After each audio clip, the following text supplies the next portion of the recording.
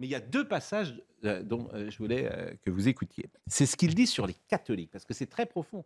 Il dit, les catholiques, vous avez honte d'être catholiques. Vous avez honte d'être catholique. Écoutez ce passage, on en parle ensemble. Les catholiques m'intriguent, m'intéressent, me passionnent. Je me demande pourquoi les catholiques, pour qui j'ai beaucoup de respect en France, n'assument pas d'être catholiques en France. Je ne comprends pas. Quand en France, aujourd'hui, tu dis à un juif, est-ce que tu es juif? Bien sûr, je suis juif, c'est la Torah, il est lourd celui-là, il est malade. C'est la Torah d'Israël, je suis juif, quand tu dis à un musulman, est-ce qu'il est musulman? Alhamdulillah, ayyah, alash, ayyah, muslim. Quand tu dis à un catholique, est-ce que tu es catholique? Alors, c'est un peu plus compliqué.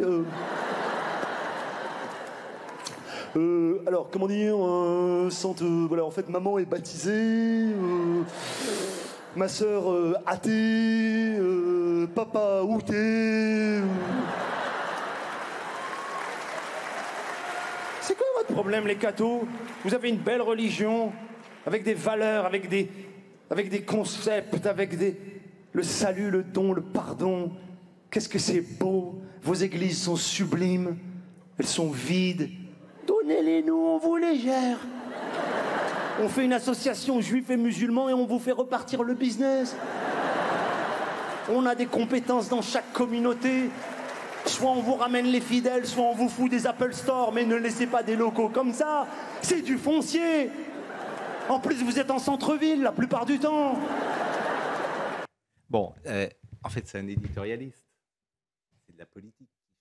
Moi, j'étais aux obsèques d'une amie il n'y a pas longtemps, une amie de ma maman, et j'ai découvert que chez les catholiques, on voyait la personne décédée. C'est comme un anniversaire chez nous, c'est-à-dire que tu vois la personne, presque elle t'accueille, quoi, tu la vois, voilà. C'est pour te prouver que, voilà, en effet, par rapport à ce que je t'ai dit,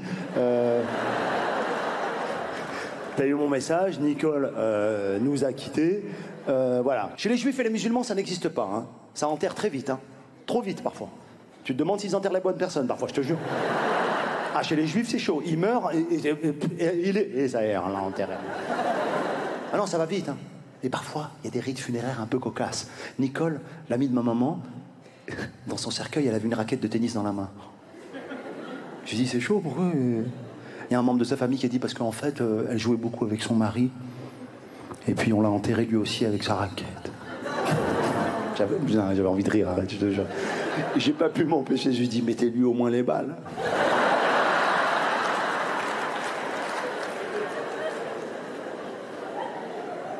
Moi, en tout cas, pour mes obsèques, j'aimerais que ça se passe dans une église. Ah ouais.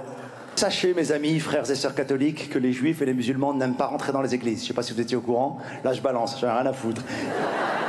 Les juifs et les musulmans, ils ont peur de rentrer dans les églises.